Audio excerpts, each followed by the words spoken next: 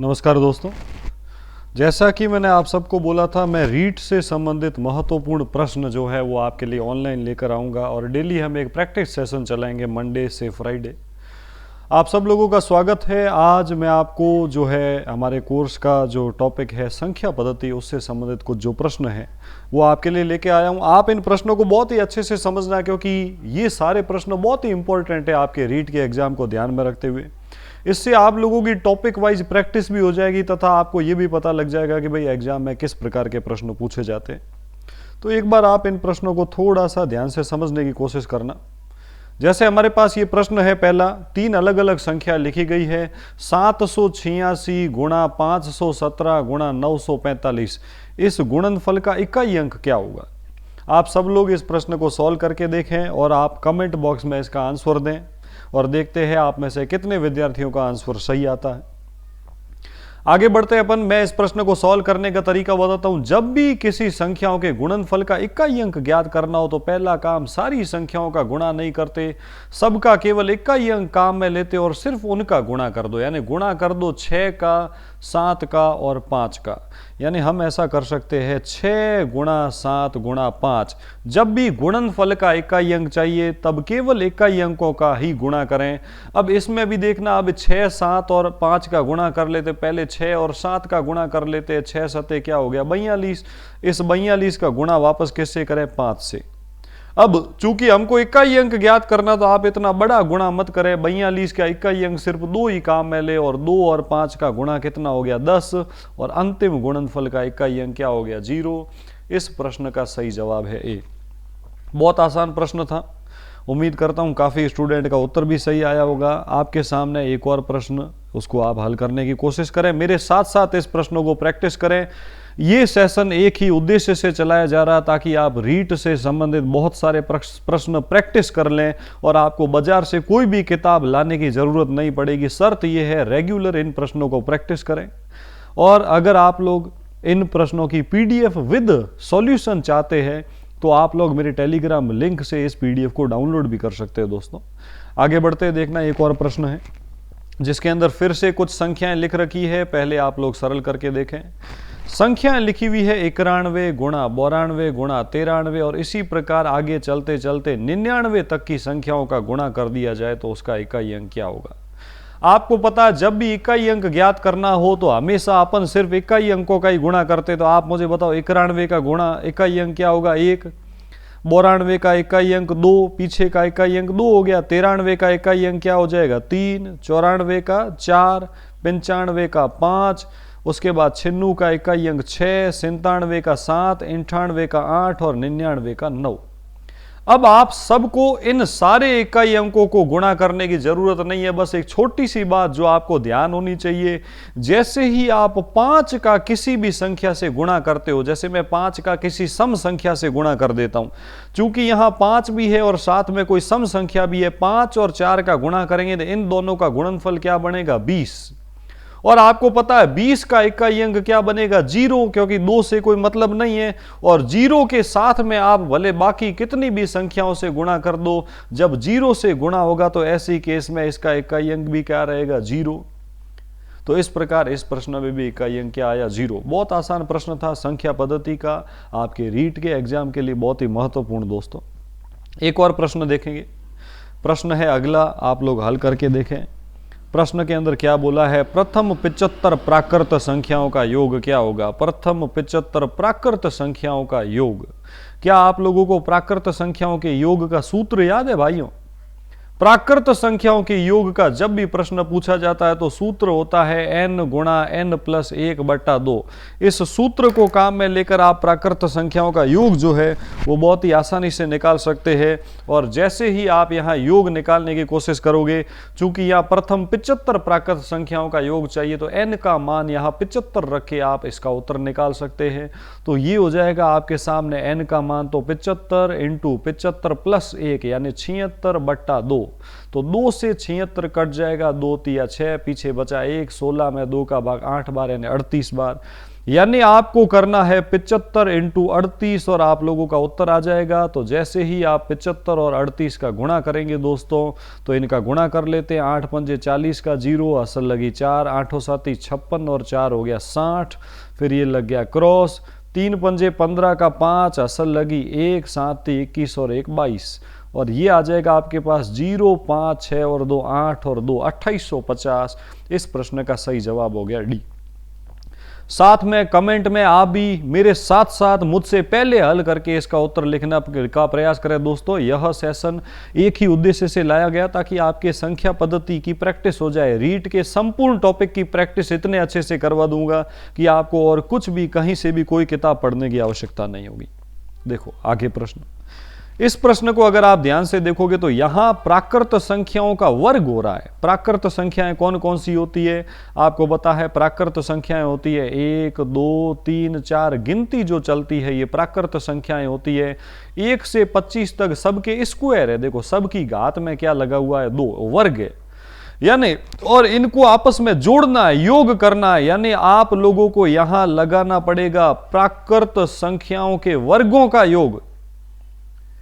आपको लगाना पड़ेगा प्राकृत संख्याओं के वर्गों का योग, और आप लोगों को प्राकृत संख्याओं के वर्गों का योग यदि पता है तो आप आराम से योग के सूत्र से कर सकते हैं।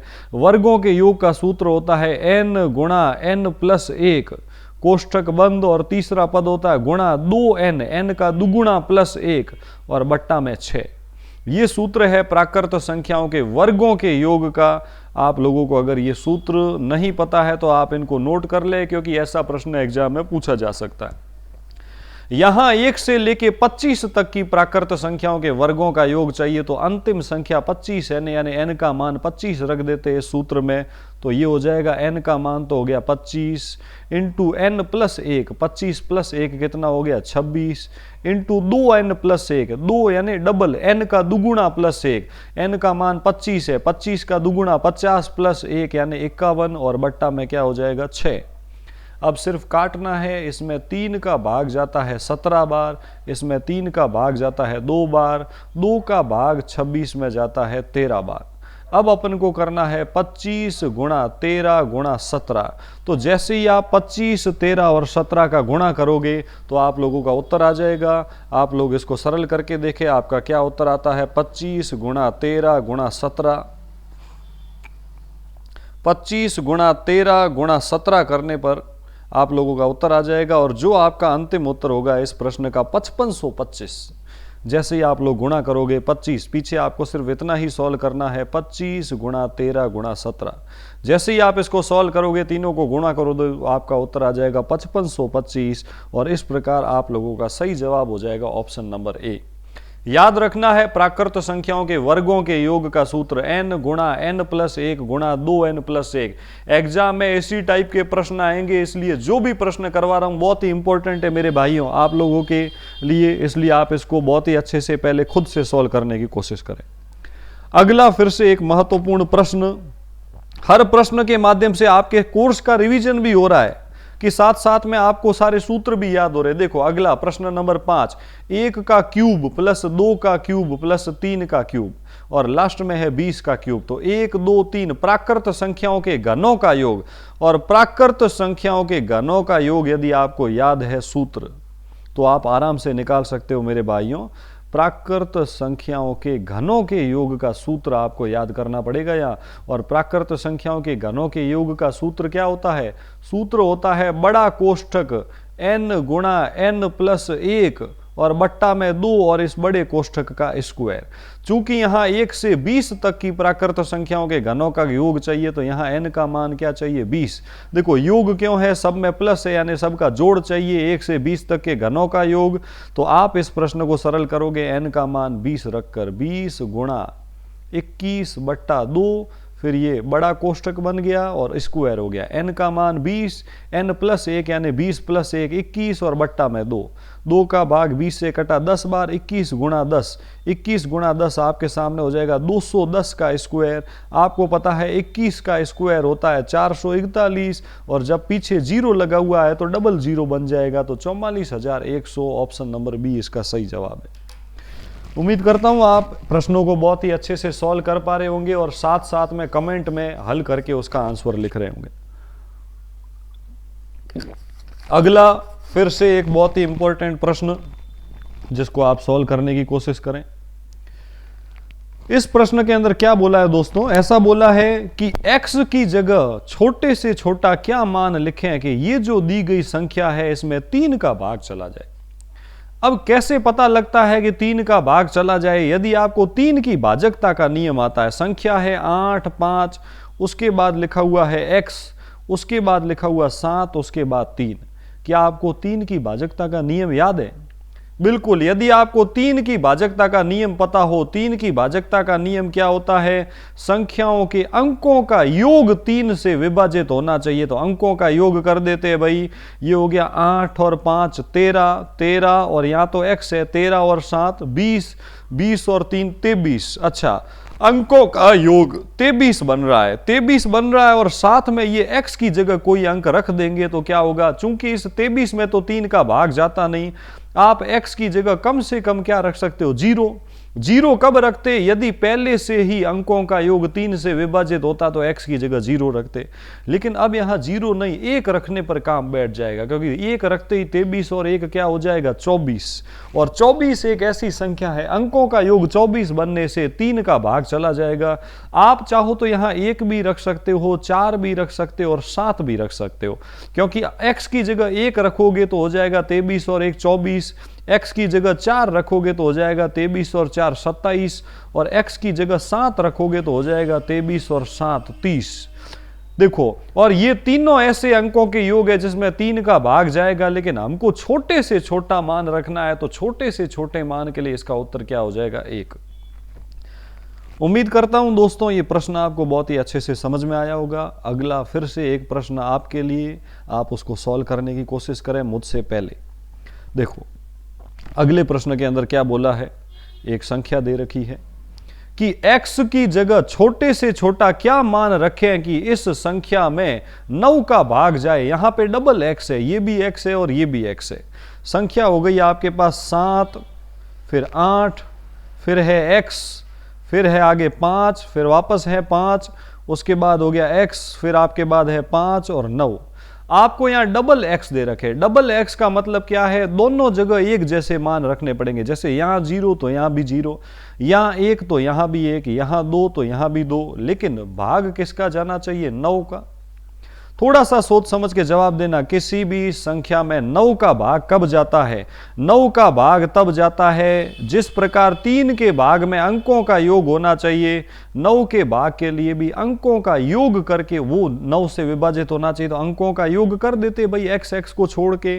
तो 7 और 8 15, 15 और 5 20, 20 और 5 25, 25 और 5 30, 30 और 9 क्या बन रहा है? 39। 39 तो बन ही रहा है, साथ में डबल x भी है। तो अब देखो, अब यहां पे दो जगह x लिखने का मतलब है दोनों जगह समान संख्या आएगी। अब देखो, अंकों के योग में 9 का भाग तो जा नहीं रहा, 39 में तो 9 का भाग जाता नहीं है। 39 के जस्ट बाद में 9 का भाग किस में जाता है? 45 में। यानी अंकों का योग 45 बनाना है तो दोनों x की जगह क्या रख दे? समझदार को इशारा काफी। 39 से 45 6 ज्यादा है तो दोनों तरफ 3 3 रख दे x की जगह।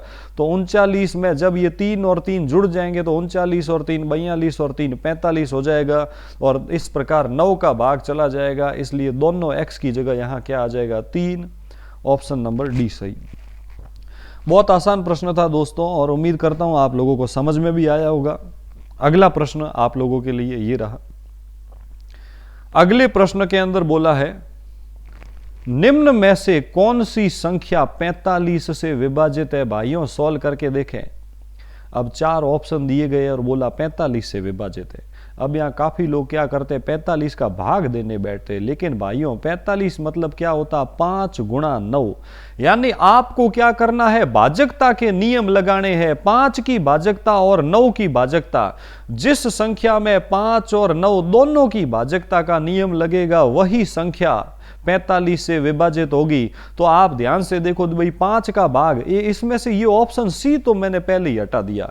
5 की भाजकता का नियम क्या होता है, इकाई अंक 0 या 5 होना चाहिए। इसमें इकाई अंक 5 मिल गया, इसमें भी 5 मिल गया, लेकिन इसमें इकाई अंक 7 है। चूंकि इसमें 5 का ही भाग नहीं जा रहा तो 45 का कहां से जाएगा, तो ये ऑप्शन तो हो नहीं सकता। इसमें पीछे 5 है, मतलब इसमें 5 का भाग जाएगा। अब 5 का तो तीनों में जा रहा, अब 9 का चेक करो। 9 की भाजकता कैसे चेक करते, आपको पता है, 9 के लिए अंकों का योग चेक करते, 9 के लिए अंकों का योग चेक करते, और 5 के लिए इकाई अंक चेक करते। जैसा कि मैंने आपको बताया, 5 के लिए इकाई अंक चेक करते हैं, 0 या 5 होना चाहिए, और 9 के लिए अंकों के योग में 9 का भाग जाना चाहिए। जिसमें दोनों बातें सेट होगी वही संख्या 45 से विभाजित होगी, क्योंकि 9 पंजे 45 है। अब देखते किस में अंकों का योग 9 से विभाजित है, तो 2 और 6, 8 और 2 10।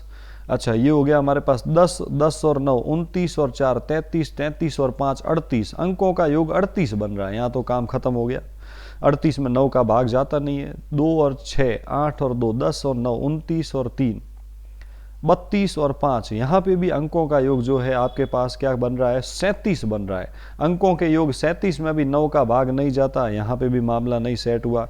लास्ट में देखना, 6 और 2 8, 8 और ये 0 0 थे, 8 और 3 11। यहाँ पे हमारे पास हो जाएंगे 2 और 6 8, 8 और 3 11, 11 और 5, 11 और 5 हमारे पास कितना हो गया, यहाँ पे 11 और 5 16 हो गया। इसमें भी आपको भाग जाता हुआ नजर नहीं आ रहा है। तो यहाँ अगर तीनों में से एक भी संख्या में भाग नहीं जाए, ऐसा तो संभव नहीं है। हो सकता प्रश्न में कोई मिस्टेक हो, एक बार वापस चेक कर लेते हैं। 6 और 2 8 और 2 10, 10 और 9 19। अच्छा, मैंने योग में गलती कर ली। 6 और 2 8 और 2 10, 10 और 9 19, 19 और 4 19 और 4 23, 23 और 5 28 बन रहा था यहाँ, लेकिन यहाँ अंकों का जोड़ 27 बन रहा है। 2 और 6 8 और 2 10, 10 और 9 19 और 3 22 और 5 27। अंकों का योग 27 होने पर 9 का भाग जाता है। ऑप्शन नंबर कौन सा सही हो जाएगा, बी। आप में से जिसका भी उत्तर बी आया है वो एकदम सही है मेरे भाइयों। अब अपन ने अंकों का योग भी लगा दिया, जिससे 9 का भाग पता लग गया, और इकाई अंक से 5 का पता लग गया, और 9 और 5 दोनों का गया, तो ऑप्शन नंबर बी में 45 का भाग चला गया। अगला देखना। अगला प्रश्न है, निम्न में से किस संख्या में 11 का भाग जाएगा। 11 की भाजकता का नियम यदि आपको याद हो, 11 की भाजकता का क्या नियम होता है, पीछे से एक छोड़ के एक अंक को जोड़ दे पहले। 7 7 और 7, एक छोड़ के एक जोड़े, 7 और 7 14 और 7 कितना हो गया, 21। पूछा है 11 से कौन सी विभाजित नहीं है। फिर बचे हुए में भी अब देखो, पहले क्या किया, इकाई अंक को शुरू किया, एक छोड़ के एक जोड़ा। अब दहाई से शुरू करके एक छोड़ के एक जोड़ दे, 7 7 और 7 7 दिया, क्या हो गया 21। जहां ए और दोनों योग जहां बराबर मिलते हैं, या दोनों में जहां अंतर 0 का है, वहां वह संख्या 11 से विभाजित होती है। चलो, पहली तो विभाजित है। मैंने क्या बोला, इकाई से शुरू करे, एक छोड़ के एक जोड़े, दहाई से शुरू करे, एक छोड़ के एक जोड़े। दोनों मान आपस में समान हो जाए, या उनमें अंतर 0, 21 में से 21 गया, या तो 0 का अंतर होना चाहिए, या उनका अंतर 11 के पहाड़े वाला होना चाहिए। तो पहली संख्या तो 11 से विभाजित है, हमको पूछा कौन सी नहीं है। दूसरी चेक करते, देखना 6 और 7 13, 13 और 8 क्या बना हमारे पास 21। अब यहां से शुरू करते, 8 और 6 14, 14 और 7 21, ये भी 21 बन गया, 21 में से 21 गया 0, इसमें भी 11 का भाग जाएगा। अगला देखना, 7 और 7 14, 14 और 7 क्या हो गया 21। अब दहाई से शुरू करो, 2 और 2 4 और 2 क्या हो गया 6, 21 में से 6 गया 15। अब यहां अंतर 15 का आ रहा है, या तो अंतर 0 हो या अंतर 11 के पहाड़े वाला हो, यानी ये संख्या 11 से विभाजित नहीं होगी। बाकी सारी होगी, ये भी चेक कर लो, 0 4 और 2, एक छोड़ के एक लेना, 21 से तो जोड़ बन गया 6। यहाँ पे 2 0 और 4 जोड़ बन गया 6, 6 में से 6 गया 0, ये भी विभाजित होगी। हमको पूछा कौन सी विभाजित नहीं होगी, ऑप्शन नंबर सी इसका उत्तर हो गया। तो इसी बहाने आपको 11 की भाजकता का नियम भी पता लग गया, और ये प्रश्न भी आपने सरल कर लिया। आगे बढ़ते हैं दोस्तों, एक और प्रश्न आपके लिए। देखो, अगले प्रश्न को आप खुद से मेरे से पहले सॉल्व करने का प्रयास करें। क्या बोला है यहां कि किसी संख्या में 37 का भाग देने से भागफल इतना बचता है और शेषफल 20 बचता है, तो वह संख्या कौन सी होगी? तो आपको पता होगा, जिस संख्या के अंदर किसी संख्या का जिस संख्या में भाग दिया जाता है ना, वह संख्या क्या कहलाती है? भाज्य। जिस संख्या का भाग देते हैं वो भाजक कहलाता है, और जितनी बार भाग जाता है वो भागफल कहलाता है, और अंत में जितना बचता है वह शेषफल कहलाता है। और एक बहुत ही आसान सा संबंध होता है इनमें कि भाज्य का मान जब भी निकालना हो तो भाज्य बराबर होता है भाजक गुणा भागफल प्लस शेषफल। भाजक गुणा भागफल प्लस शेषफल। बस यदि आपको ये इतनी सी बात पता है तो आराम से आप संख्या निकाल दोगे। तो क्योंकि आपको भाजक, भागफल और शेषफल तीनों दिए हुए, तो देखना है पे भाजक।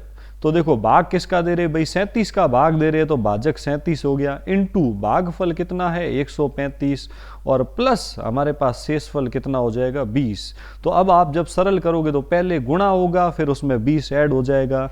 तो आप 37 गुणा 135 करके देखो आपका क्या उत्तर आता है। तो जैसे ही आप करोगे 37 गुणा 135, तो इनका गुणा आपके पास आ रहा होगा 37 और 35 का गुणा आपके पास आ रहा होगा 4995। 37 गुणा 135 हो जाएगा 4995, और इसमें आपको कितना जोड़ना है? 20। तो जैसे ही इसमें 20 जोड़ोगे तो आपके पास उत्तर हो जाएगा 5015, यानी इस प्रकार वह संख्या हो जाएगी ऑप्शन नंबर सी। कुछ भी नहीं किया, भाजक गुणा भागफल प्लस शेषफल, है ना। आप में से काफ़ी लोगों ने कमेंट में इसका जवाब देने की कोशिश भी की है। भाजक गुणा भागफल प्लस शेषफल करने से भाज्य या वो संख्या आ जाती है जिसमें 37 का भाग देने पर भागफल 135 और शेषफल 20 प्राप्त होता है। आगे बढ़ते हैं अपन। एक और प्रश्न हमारे लिए ये रहा। चलो, इस प्रश्न के अंदर क्या बोला है?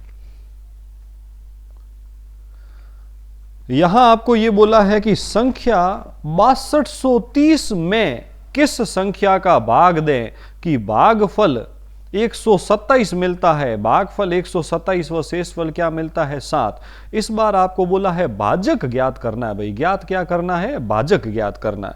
तो भाजक जब ज्ञात करना हो ना, पिछले में अपन ने भाज्य ज्ञात करने का सूत्र देखा था, अब अपन देखते हैं भाजक ज्ञात करने का सूत्र। भाजक निकालने का सूत्र होता है भाज्य माइनस शेषफल, भाज्य माइनस शेषफल, और बट्टा में क्या होता है? भागफल। भाज्य माइनस शेषफल बट्टा भागफल। तो भाज्य हमारे पास जो है, भाग किस में दे रहे हैं? 6230 में।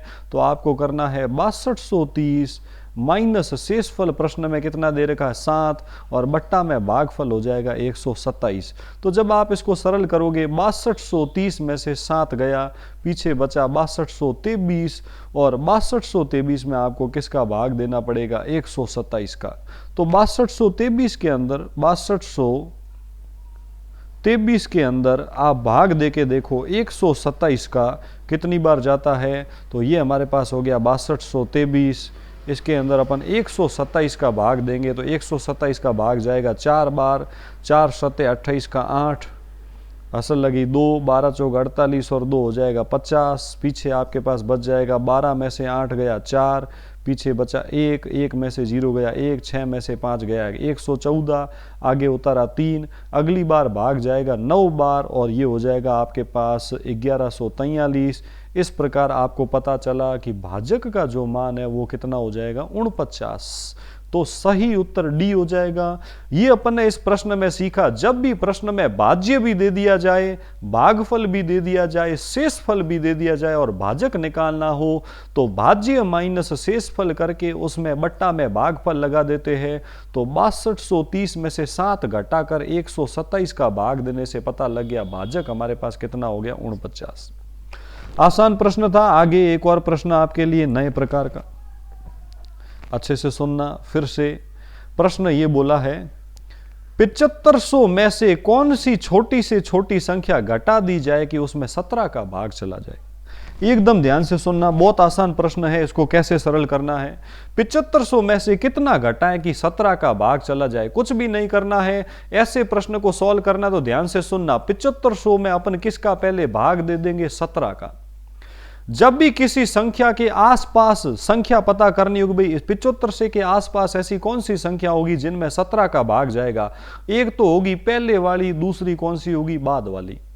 पहले वाली कैसे निकलती है, बाद वाली कैसे निकलती है, दोनों अपन देखते हैं। तो 17 का भाग दे देते हैं, ये हो गया 17 चौक 68, पीछे क्या बचा 7, आगे उतारा 0, वापस हमारे पास भाग जाएगा 17 का भाग 4 बार, 17 चौक 68, पीछे बचा 2, आगे उतारा 0, 20 में 17 एकम 17, और इस प्रकार पीछे शेषफल क्या बचा 3। हमारा काम क्या है, पहले शेषफल पता करो। अब ध्यान से सुनना, अगर अपन चाहते हैं ना कि 7500 में से ऐसी संख्या पता करनी है कि जिसमें 17 का भाग पूरा दे सके, तो दो तरीके होते हैं। एक तो 7500 में से शेषफल को घटा दे। 7500 में से किसको घटा दे, शेषफल को। जो पूछा है ना कि भाग पूरा जाए तो किसको घटा दे, तो जो शेषफल होगा वही उत्तर होगा। किसको घटाना पड़ेगा, 3 को। लेकिन इसी में बोल दे 7500 में कितना जोड़ें कि 17 का भाग जाए, तो ध्यान से सुनना मेरी बात। अगर घटाने की जगह जोड़ने की बात करें ना, तो जोड़ते क्या है, भाजक और शेषफल का अंतर जोड़ते हैं। तो 17 और 3 में अंतर कितने का, यानी 4 जोड़ना पड़ेगा। यानी अपन चाहते हैं कि 17 का भाग जाए, तो या तो 7500 में से 3 घटा दो, या उसमें 4, या उसमें आप क्या करो, 14 जोड़ दो। ये 14 कहां से आया, 17 और 3 में अंतर का। भाजक और शेषफल में अंतर कितने का, 14 क्या। तो घटाने की बात करें तो शेषफल के बराबर मान घटा दो, और जोड़ने की बात करें तो शेषफल और भाजक का अंतर जोड़ दे, है ना। यहां घटाने की बात की तो घटाना कितना पड़ेगा, 75 में से 17 का भाग देने पर जो शेष बचता है वही घटाना पड़ेगा। शेष कितना बचा, 3, तो उत्तर क्या हो गया, 3। और साथ में यहां मैंने आपको जो बात बताई वो भी समझ आई होगी, और इसी पर आधारित आगे कुछ प्रश्न है आपके लिए। चलो अगला प्रश्न, जिसको आप एकदम अच्छे से समझने की कोशिश करना। यह है प्रश्न जिसके अंदर आप लोगों को क्या बोला है, संख्या 786 में से कौन सी छोटी से छोटी संख्या जोड़ दी जाए ताकि प्राप्त संख्या में 25 का भाग पूरा जाए। या जोड़ने की बात कर रहे, तो आपको क्या करना पड़ेगा, पहले तो 786 के अंदर भाग देना पड़ेगा। किसका भाग देना पड़ेगा, 25 का।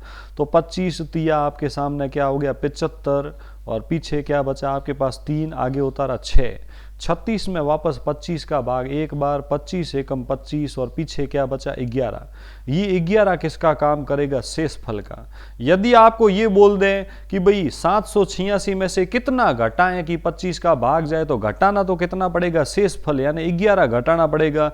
लेकिन यदि जोड़ने का बोल रहे तो जोड़ना कितना पड़ता है, इस 25 और 11 में अंतर, भाजक और शेषफल में अंतर, 25 और 11 में अंतर कितने का, 25 में से 11 गया 14, यानी जोड़ना बोला है तो कितना जोड़ना पड़ेगा, 14। 786 में जोड़ने का प्रश्न बोला है तो सही उत्तर हो जाएगा बी, 14।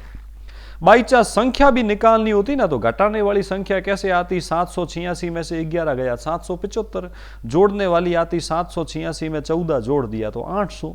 यहां संख्या नहीं पूछी, सिर्फ इतना ही पूछा दोनों प्रश्नों में, कितना घटाएं, छोटा से छोटा मान या कितना जोड़े। बहुत अच्छा प्रश्न था, एग्जाम में आ सकता है। एक और प्रश्न देखना। अच्छा, अब यहां आपके सामने ये बोला है कि 7200 के समीप में वो कौन सी संख्या है जिसमें 43 का भाग पूरा जाएगा। अब समीप वाली दो होती है, एक घटाने से मिलती है, दूसरी जोड़ने से मिलती है। अब यहां लास्ट में घटाना है कि जोड़ना है, इसके लिए दिमाग लगाना पड़ेगा। लेकिन पहले 7200 में किसका भाग दे देते हैं, 43 का। 43 का भाग जाएगा एक बार, ये हो गया 43, घटा देते हैं। यहाँ 12 में से 3 गया 9, पीछे बच जाएगा 6, 6 में से 4 गया 2, आगे उतारा 0। 290 में वापस 43 का भाग दे देते हैं, भाग जाना चाहिए 6 बार, 6 × 18 का 8, असल लगी 1, 6 चौक 24 और 1 हो जाएगा 25, पीछे शेष क्या बचा, 10 में से 8 गया 2, पीछे 8, 28 में से 25 गया 3, 32 हो जाएगा। फिर से अपन ने उतारा 0, ये बन गया 320। यहाँ पे आगे भाग जाना चाहिए 7 बार, 7 × 21 का 1, असल लगी 2, 7 चौक 28 और 2 हो जाएगा 30। तो पीछे शेषफल क्या बचा आपके पास, 19। तो ये 19 जो है ये शेषफल है। अब यहां संख्या निकालने के दो तरीके। अगर अपन चाहते हैं 7200 के आसपास वो कौन सी संख्या है जिसमें 43 का भाग जाए, तो एक तो तरीका इसमें से शेषफल घटा दे। शेषफल कितना है 19, इसमें 19 घटा दे। दूसरी संख्या अगर आप पता करना चाहते हो तो इसमें जोड़ दे। क्या जोड़ दे? 43 और 19 में जो अंतर है वो जोड़ दे। 43 और 19 में अंतर जो है वो कितने का? 24 का, यानी 24 जोड़ दे। संख्या निकालने के दो तरीके, या तो क्या करें 7200 में से शेषफल घटा दे या शेषफल और भाजक का अंतर जोड़ दे। आपको बोला है समीप में मान कौन सा होगा, समीप में यानी कौन सा मान कम है? घटाने वाला मान कम है कि जोड़ने वाला मान कम है? जो मान कम होगा वही संख्या 7200 के ज्यादा नजदीक होगी। घटाना सिर्फ 19 पड़ेगा लेकिन जोड़ना 24 पड़ेगा, यानी घटाने वाला मान कम है तो ये ज्यादा समीप हो जाएगा। यानी 7200 में से अपन जैसे ही 19 घटाएंगे तो उत्तर हो जाएगा 7181। यही इस प्रश्न का सही जवाब है। बहुत ही शानदार प्रश्न था, रीट के एग्जाम में पूछा जाए वैसा प्रश्न है। इस टाइप के प्रश्न आपको आने चाहिए। एक और प्रश्न, चलो अगला हमारे पास प्रश्न दे रखा है और प्रश्न के अंदर फिर से बोला है 7109 के समीप में वो कौन सी संख्या है जिसमें 44 का भाग पूरा जाएगा। भाइयों संख्या है आपके पास 7109, इसके समीप में वो कौन सी संख्या जिसमें 44 का भाग जाए। तो पहले 44 का भाग देके देखते हैं। 71 में 44 एकम क्या हो जाएगा? 44 घटा देते हैं। 11 में से 4 गया 7, पीछे बचा 6, 6 में से 4 गया 2, आगे उतारा 0। 220 में वापस दे देते हैं। भाग 44 का जाना चाहिए मेरे हिसाब से 6 बार। 6 चौक 24 का 4, असल लगी 2, 6 चौक 24 और 2 26, पीछे बच जाएगा 270 में से 264 गए 6, आगे अपन ने क्या उतारा 9। 69 में 44 का भाग एक बार, ये हो गया 44, पीछे 9 में से 4 गया 5, 6 में से 4 गया 2, शेषफल 25 बच रहा है। अब यहां पे बोला है समीप वाली संख्या कौन सी है, तो ये तो हमारे पास हो गया शेष कितना बच रहा है। अब मैंने बताया 7109 के समीप दो संख्याएं हो सकती है। पहली संख्या तो शेषफल को घटा दे, यानी घटाना तो कितना पड़ेगा? 25 घटाना पड़ेगा।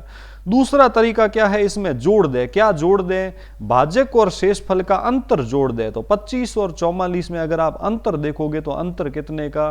25 और 44 में अंतर हो जाएगा 19 का, यानी 19 जोड़ दे। अब थोड़ा सा अक्ल लगाए, घटा 25 रहे, जोड़ 19 रहे, तो नजदीक संख्या कौन सी होगी? घटाने वाला मान ज्यादा है लेकिन जोड़ना कम नहीं पड़ रहा है, तो जोड़ने से जो संख्या मिलेगी वो नजदीक होगी। तो इस 7109 में जैसे ही अपन 19 जोड़ेंगे तो मिलेगी संख्या 7128। यही है निकटतम संख्या जो 44 से विभाजित होगी। ऑप्शन नंबर सी इसका सही उत्तर। तो इस प्रकार आज की क्लास में मैंने आपको कुछ इंपॉर्टेंट प्रश्न संख्या पद्धति के सॉल्व करवाए। उम्मीद करता हूं आप लोगों ने साथ साथ सरल किए होंगे। बहुत ही इंपॉर्टेंट प्रश्न है, हर टॉपिक के इतने प्रश्न प्रैक्टिस करवा दूंगा कि आपको अलग से प्रैक्टिस सेट लेने की जरूरत नहीं पड़ेगी। बस दोस्तों ध्यान रखें, आप इन प्रश्नों को वापस घर पे जरूर सॉल्व करें, और यदि इसके सॉल्यूशन की पीडीएफ आपको चाहिए तो आप लोग मेरे टेलीग्राम चैनल पे ज्वाइन कर सकते हैं, जो है मैथ्स बाय दिलीप सर। जैसे ही आप टेलीग्राम पे मैथ्स बाय दिलीप सर अगर आप सर्च करोगे तो आपको मेरा टेलीग्राम चैनल मिल जाएगा। वहाँ उस टेलीग्राम चैनल पे आप ज्वाइन कर ले ताकि हर लेटेस्ट वीडियो का नोटिफिकेशन मिल जाएगा, और रीट की पूरी तैयारी भाइयों निःशुल्क हो जाएगी आपकी। सारे टॉपिकों पर हर टाइप के प्रश्न प्रैक्टिस करवा दूंगा, और इसकी पीडीएफ भी आपको इसी ग्रुप के अंदर मिल जाएगी। तो आप लोग जो है इस टेलीग्राम चैनल को ज्वाइन कर ले। प्लस अगर आपने चैनल को सब्सक्राइब नहीं किया है तो आप लोग चैनल को सब्सक्राइब भी कर ले, जितना हो सके उतना जल्दी आप चैनल को सब्सक्राइब कर ले, और बेल आइकन पे भी क्लिक कर ले ताकि अगली वीडियो का नोटिफिकेशन आपको जल्दी मिल जाएगा। और कमेंट करके जरूर बताएं ये जो सुपर 15 सीरीज है ना, रोज के 15 मोस्ट इंपॉर्टेंट क्वेश्चन की सीरीज आप लोगों को कैसी लगी। आप थोड़ा सा अपना कमेंट में जवाब देकर भी मुझे जरूर बताएं कि आप लोगों का क्या रेस्पॉन्स रहा, है ना। और यदि आप लोग ऑफलाइन कोर्स ज्वाइन करना चाहते हैं, बहुत सारे ऐसे स्टूडेंट हैं जो लोग चाहते हैं कि वो किसी ऑफलाइन बैच में बैठकर मैथ को बहुत अच्छे से पढ़ना चाहते हैं, तो रीट लेवल 1 की गणित का जो स्पेशल बैच है वो मैं शुरू करने जा रहा हूं। दिनांक 11 तारीख 11 फरवरी को मैं एक नया बैच शुरू करने जा रहा हूं, रीट L1 सिर्फ मैथ का, जिसकी बहुत ही कम न्यूनतम फीस के साथ यह बैच शुरू किया जाएगा। और यह जो बैच है ये वेदांत एकेडमी कोचिंग सेंटर चामुंडा चौराहे पे मेरा खुद का कोचिंग सेंटर है, वहां प्रारंभ किया जाएगा। ज़्यादा जानकारी के लिए आप नीचे दिए गए कॉन्टैक्ट नंबर पे कॉन्टैक्ट कर सकते हैं। और आप लोग यदि शून्य से शिखर तक मैथ तैयार करना चाहते हो, जहां आप लोगों को टोटल 1000 प्लस प्रश्नों का स्टडी मटेरियल की PDF दी जाएगी तथा उनको प्रैक्टिस करवाया जाएगा, पूरा स्टडी मटेरियल भी दिया जाएगा। तो आप लोग यदि ज्वाइन करना चाहे तो 11 फरवरी को आप लोगों का स्वागत है, शाम को 5 बजे आप लोग इस बैच को आराम से ज्वाइन कर सकते हैं। यदि आप लोग मेरा ही पेड कोर्स ऐप पे देखना चाहते हैं तो 22 ई-लर्निंग ऐप पर आप जो है रीट के प्रथम स्तर का गणित का कोर्स जो है वो आप खरीद सकते हैं। लेकिन अगर आप लोगों के पास आप निःशुल्क वीडियोस को देखना चाहते हैं तो आप इस चैनल पर कंटिन्यूसली बने रहें, और भी बहुत सारी रीट की मैथ की प्रैक्टिस से संबंधित टॉपिक वाइज वीडियोस मैं आपके सामने लेकर आता रहूँगा। दोस्तों, यही कहकर आज मैं अपनी बात को विराम देना चाहता हूँ। दोस्तों, धन्यवाद।